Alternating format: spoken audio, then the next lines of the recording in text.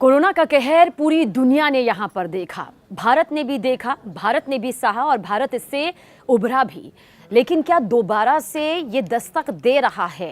क्योंकि मामले तो लगातार सामने आ रहे हैं, लेकिन कोविड की यानी कि कोरोना की री एंट्री अब देश के 3 राज्यों में क्या हो चुकी है, क्यों आखिर अलर्ट यहाँ पर जारी किया गया है?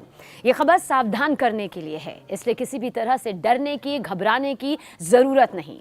बस सोचिए, समझिए और उन चीज़ों को एक बार फिर से अपनी ज़िंदगी में अपनाइए ताकि आप इससे कोसों दूर रह सकें।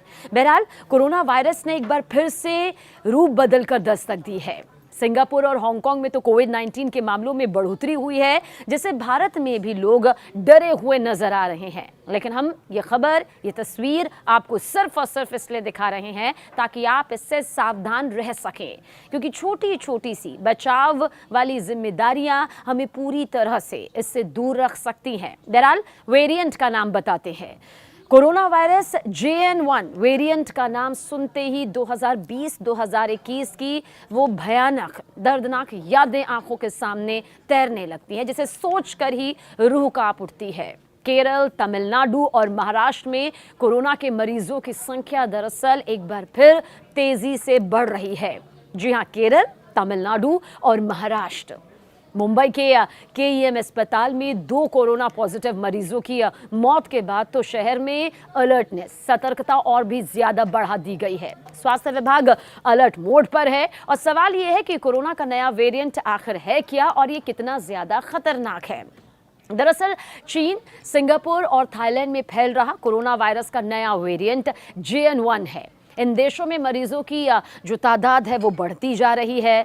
ओमिक्रॉन के नए वेरिएंट JN1 और इसके सब वेरिएंट LF7 और NB1.8 को इस बार संक्रमण के लिए जिम्मेदार माना जा रहा है।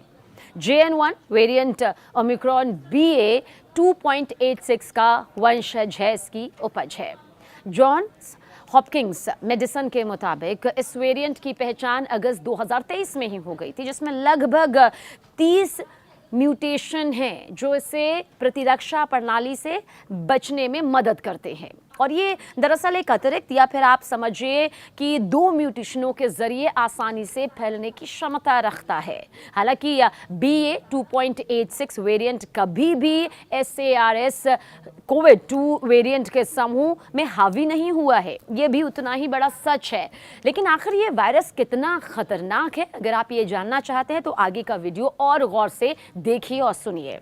JN1 वेरिएंट खतरनाक है, अभी ये स्पष्ट नहीं हुआ है। मतलब इसका कितना ज्यादा खतरनाक असर सेहत पर पड़ सकता है, इसके बारे में अभी रिपोर्ट सामने आनी बाकी है। लेकिन फिर भी अगर अधिकारियों की माने तो ऐसा कोई सबूत अभी नहीं मिला है जो ये दर्शाता है कि ये वेरिएंट पहले से ज्यादा खतरनाक या फिर तेजी से फैलने वाला है। इसकी मौजूदगी है, इसमें कोई दो राय नहीं, लेकिन अभी इस पर बहुत सी रिसर्च होनी बाकी है। फिर भी कमजोर इम्यूनिटी वाले लोगों को बेहद सावधानी बरतने की सलाह दी गई है।